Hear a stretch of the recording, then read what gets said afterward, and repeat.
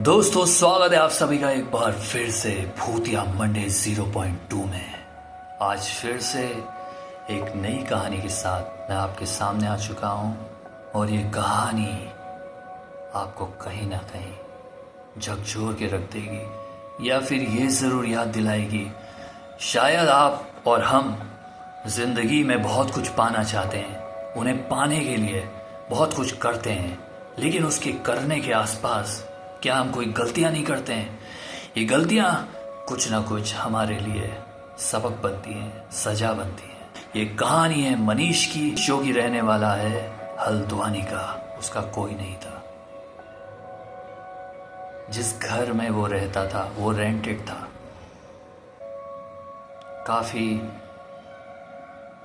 काफी कुछ घटा था उसकी जिंदगी में, तो ये काफी नहीं था कि ये जो होने वाला था।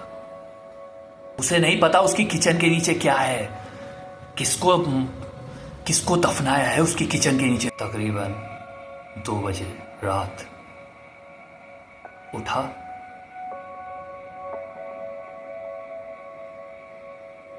पैर पड़ा,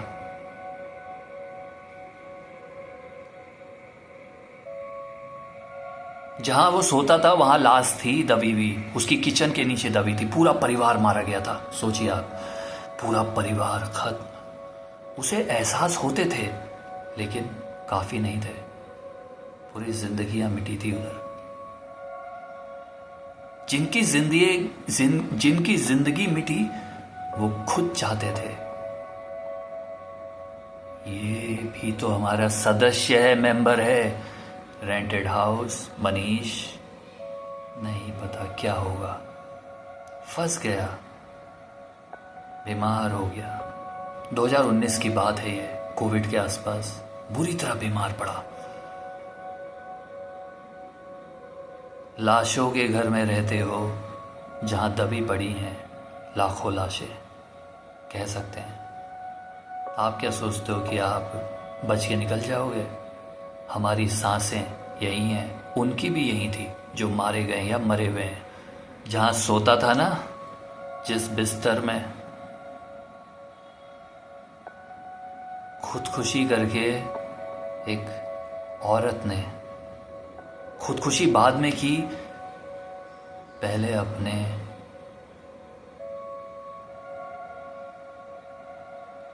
बच्चों को मार दिया। दोनों दफन बच्चे उसके नीचे, जहां सोता था बैठ गए एकदम नीचे। हम बोलते हैं कि रात को नहीं उठे, या रात को उठेंगे तो फिर नीचे से एकदम हाथ आ जाएंगे, है ना, जो हमें पकड़ लेंगे, डर लगता है। जब तुम सो ही ऐसी जगह पे रहे हो जहां पे पहले से ही नीचे दफन है, पता कुछ नहीं है, खुदकुशी की गई है ऊपर पंखे से।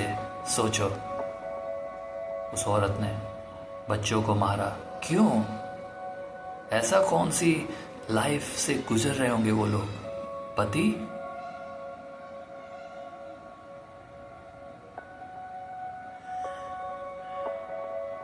सल्फास जानते हो? एक ऐसी दवाई जिससे इंसान आसानी से तड़पते हुए खुदकुशी कर जाता है। खैर, ये YouTube के लिए थोड़ा सा इस चीज़ को मैं डिस्क्लेमर दे देता हूँ कि इस चीज़ को ज़्यादा बारीकी से नहीं समझा जाए। जो भी है वो सिर्फ एक कहानी है और इसको सिर्फ एक काल्पनिक कहानी समझा जाए। वापस कहानी पे आते हैं।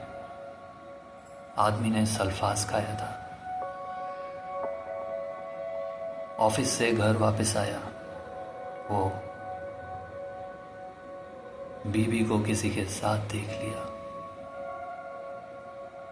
3-4 दिन गुजरे, हफ्ते भर बातें हुई, लड़ाइयाँ हुई, लेकिन क्या, कितना एक दूसरे से, जब गलत होता है ना, जब धोखा होता है तो नहीं जिया जाता। वो आदमी पूरी तरह से नशे की हालत में था। ये मनीष जो नशे में पड़ा, ये इसी का एक नतीजा है। उसने काफ़ी वक्त निकाला नशे में कि आज वो कल, भुला के माफ़ी बीवी को, अपनी वाइफ को दे रहा है, लेकिन माफ़ी सिर्फ कहने के लिए। अपने को झकझोर दिया नशे में बंदे ने, उस आदमी ने।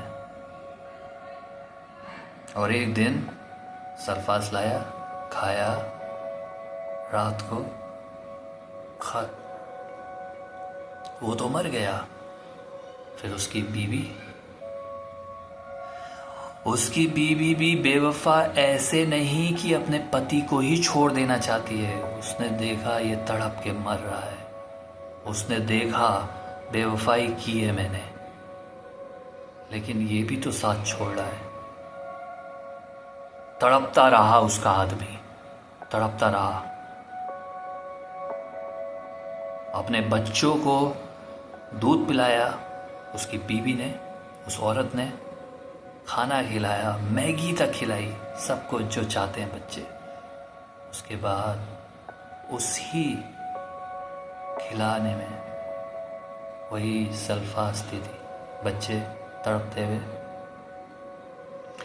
मर गए। और फिर उसके बाद फाइनली इस औरत ने भी फांसी लगा ली, पंखे से लटक के। ये जो घर था एक्चुअली में, ये विकास नगर एक जगह है, ये वहाँ पड़ता है आपका, यूपी में वो जगह है। और उस जगह की सबसे खास बात ये है कि वहाँ अंधेरा हमेशा जल्दी हो जाता है। ये कहते हैं कि वहाँ कभी भी किसी अनजाने को ऐसे तो एंट्री नहीं मिलती। वो जगह बहुत ज़्यादा तिलिस्म खास है।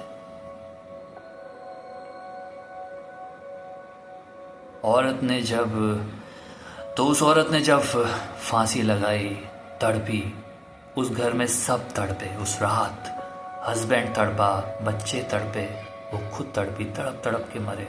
सुबह देखा, पुलिस आई, लोगों ने देखा, ओ एकदम इतना निगेटिव वो घर, सामान इधर, ऐसा लगा जैसे किसी ने ऐसा किया है, लेकिन किसी ने किया नहीं था, क्योंकि इन्वेस्टिगेशन पूरा हो चुका है उस केस का। सेल्फ ऑब्सेशन, सुसाइड, ये था। मनीष उसी घर में रहा करता था, रेंटेड।